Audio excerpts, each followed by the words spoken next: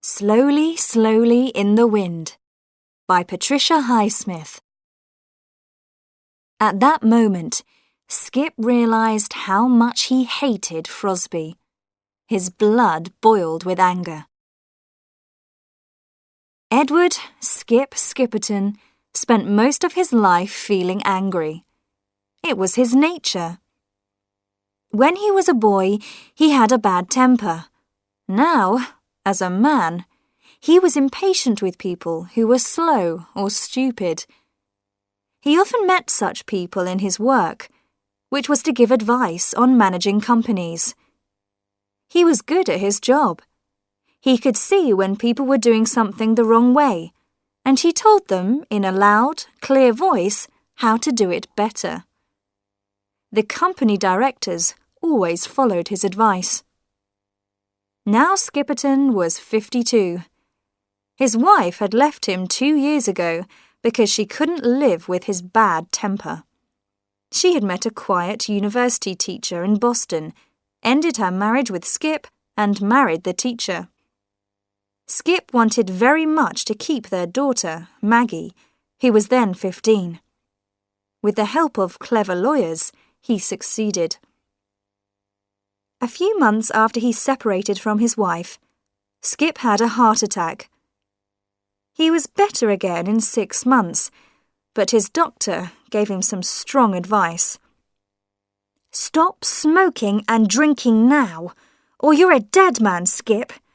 And I think you should leave the world of business too. You've got enough money. Why don't you buy a small farm and live quietly in the country?" So Skip looked around and bought a small farm in Maine with a comfortable farmhouse. A little river, the Cold Stream, ran along the bottom of the garden, and the house was called Cold Stream Heights. He found a local man, Andy Humbert, to live on the farm and work for him. Maggie was moved from her private school in New York to one in Switzerland. She would come home for the holidays. Skip did stop smoking and drinking. When he decided to do something, he always did it immediately. There was work for him on the farm. He helped Andy to plant corn in the field behind the house.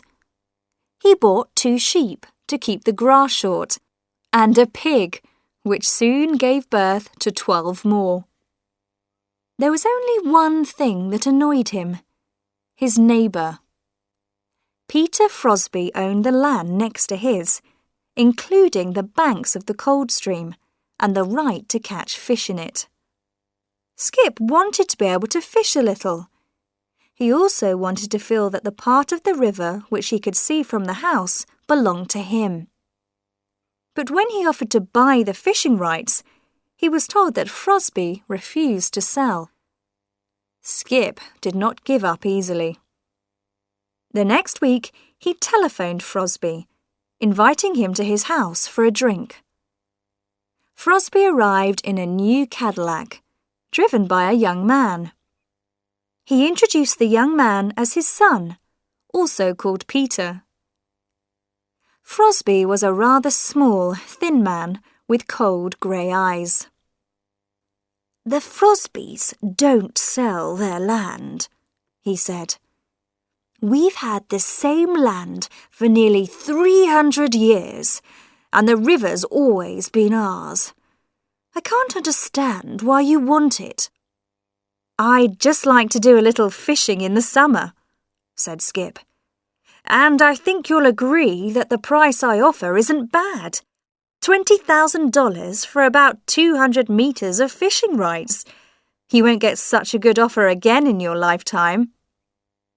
"I'm not interested in my lifetime," Frosby said with a little smile. "I've got a son here." The son was a good-looking boy with dark hair and strong shoulders, taller than his father. He sat there with his arms across his chest and appeared to share his father's negative attitude. Still, he smiled as they were leaving and said, You've made this house look very nice, Mr. Skipperton." Skip was pleased. He had tried hard to choose the most suitable furniture for the sitting room. "I see you like old-fashioned things," said Frosby. "That scarecrow in your field. We haven't seen one of those around here for many years." "I'm trying to grow corn out there," Skip said. "I think you need a scarecrow in a cornfield."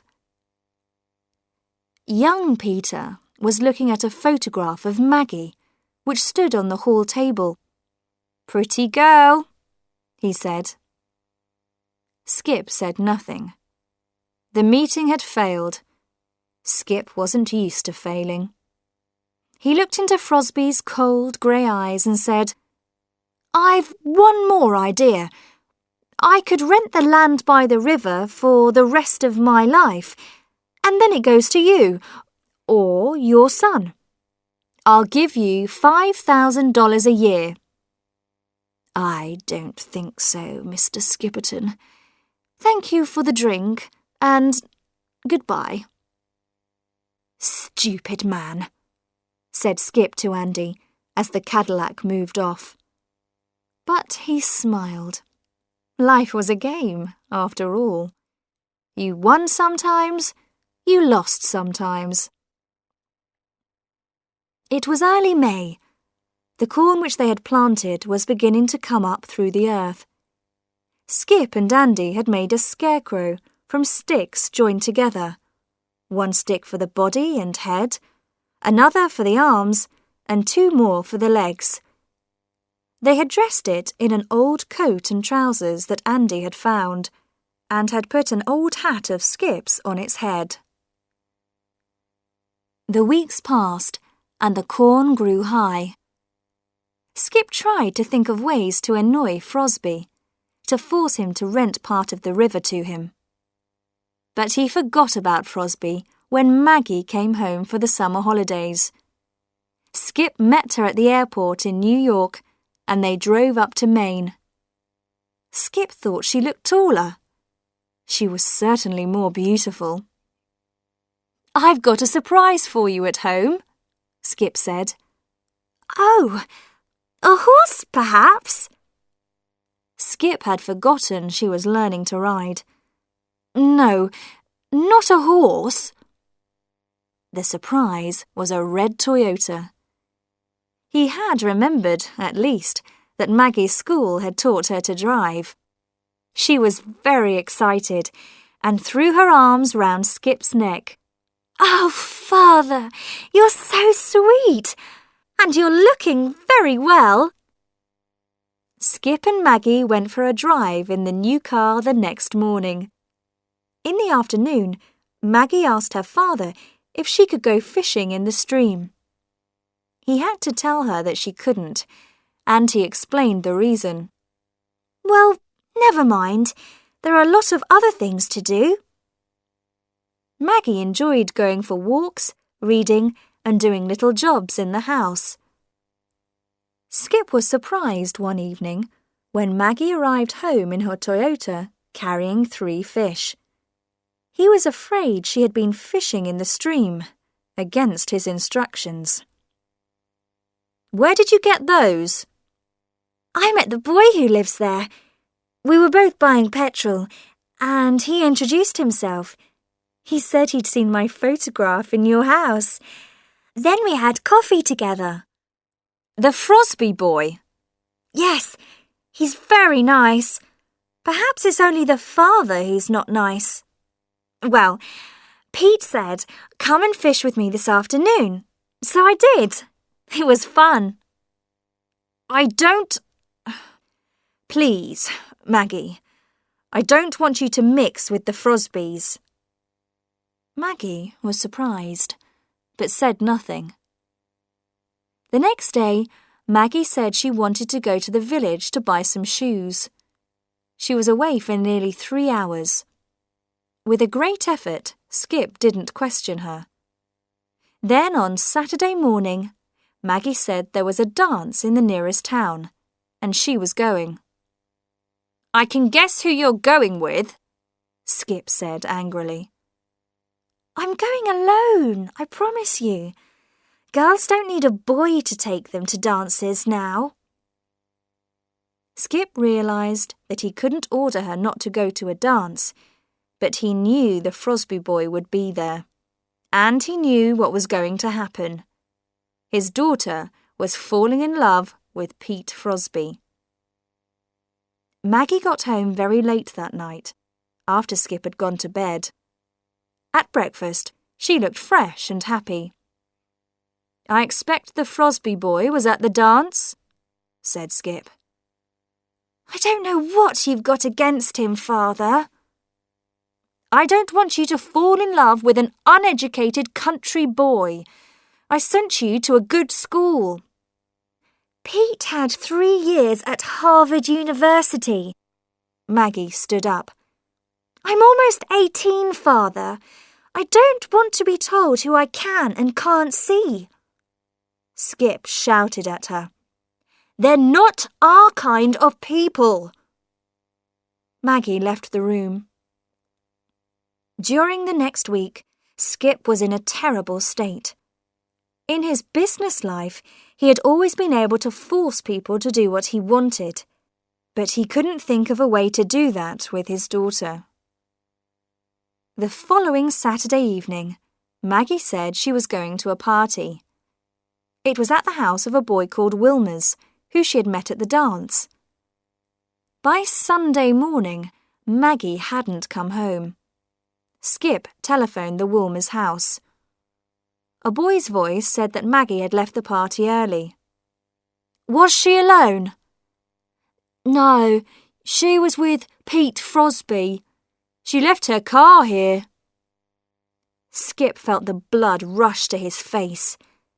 His hand was shaking as he picked up the telephone to call the Frosby house. Old Frosby answered. He said Maggie was not there, and his son was out at the moment. What do you mean? Do you mean he was there earlier and he went out? Mr. Skipperton, my son has his own ways, his own room, his own key, his own life. I'm not going to... Skip put the telephone down. Maggie was not home by Sunday evening or Monday morning. Skip didn't want to inform the police. On Tuesday, there was a letter from Maggie, written from Boston. It said that she and Pete had run away to be married. You may think this is sudden, but we do love each other, and we know what we're doing. I didn't really want to go back to school. Please don't try to find me. You'll hear from me next week. I was sorry to leave my nice new car. Love always, Maggie. For 2 days, Skip didn't go out of the house, and he ate almost nothing. He felt 3/4 dead. Andy was very worried about him. When he needed to go to the village to buy some food, he asked Skip to go with him. While Andy did the shopping, Skip sat in the car, looking at nothing. But then a figure coming down the street caught his eye. Old Frosby. He hoped Frosby wouldn't see him in the car, but Frosby did. He didn't pause, but he smiled his unpleasant little smile as he went past. At that moment, Skip realised how much he hated Frosby. His blood boiled with anger, and he felt much better. He was himself again. Frosby must be punished. He began to make a plan. That evening, Skip suggested to Andy that he should go away for the weekend and enjoy himself. You've earned a holiday, he said, and gave him $300. Andy left on Saturday evening in the car. Skip then telephoned old Frosby and said it was time they became friends. He asked Frosby to come to Coldstream Heights again. Frosby was surprised, but he agreed to come on Sunday morning at about 11 for a talk.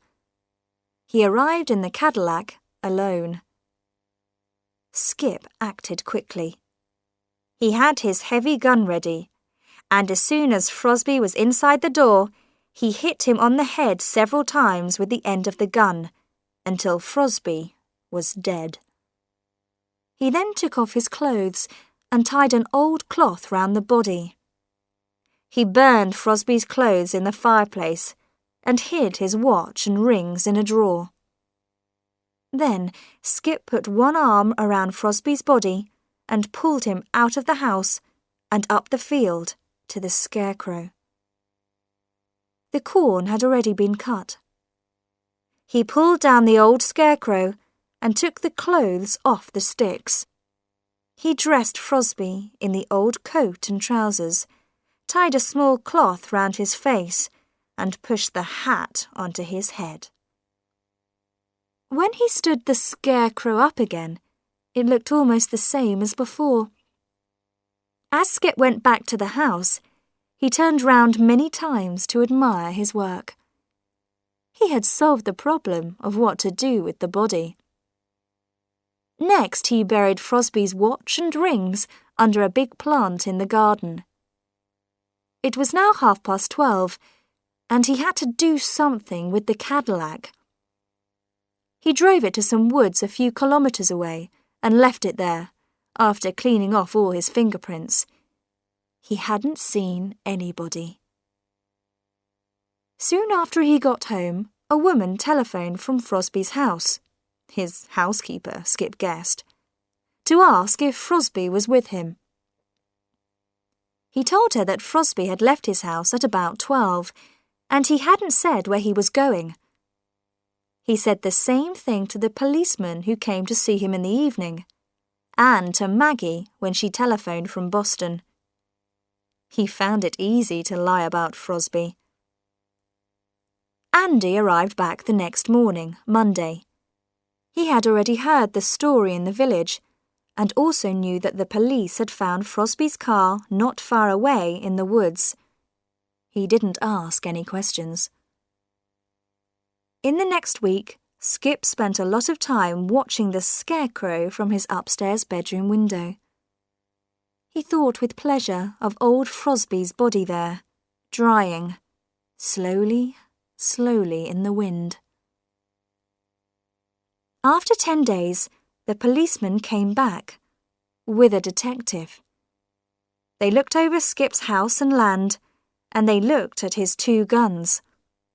They didn't find anything. That evening, Maggie came to see him.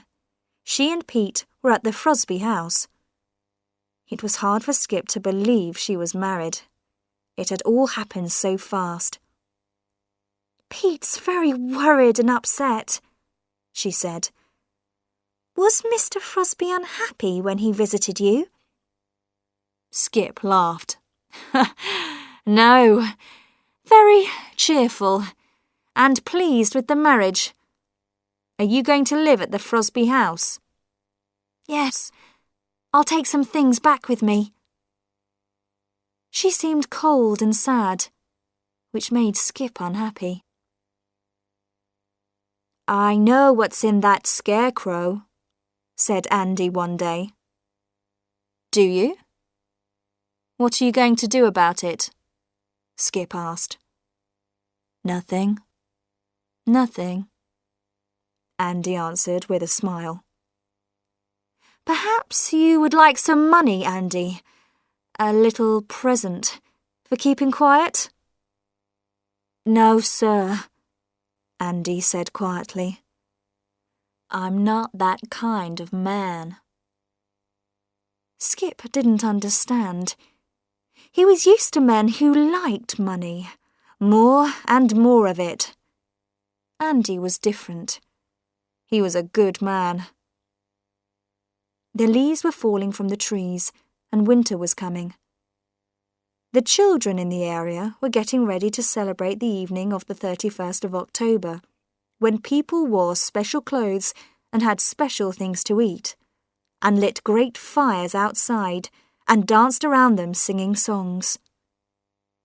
No one came to Skip's house that evening. There was a party at the Frosby's house. He could hear the music in the distance. He thought of his daughter dancing, having a good time. Skip was lonely, for the first time in his life. Lonely. He very much wanted a drink, but he decided to keep his promise to himself. At that moment, he saw a spot of light moving outside the window.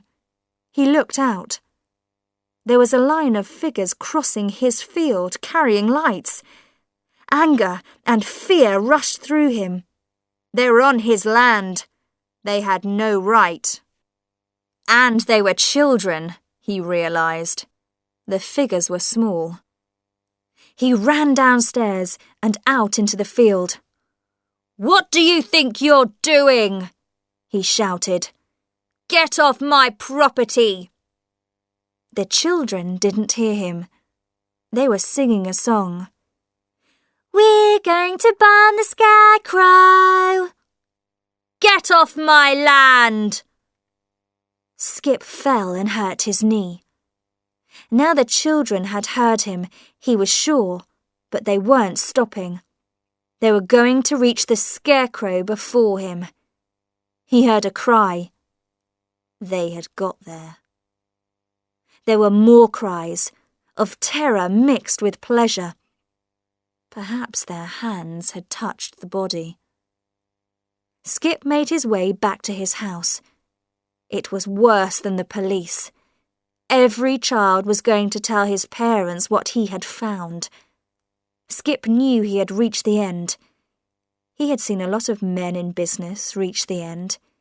He had known men who had jumped out of windows. Skip went straight to his gun. He put the end in his mouth and fired. When the children came running back across the field to the road, Skip was dead.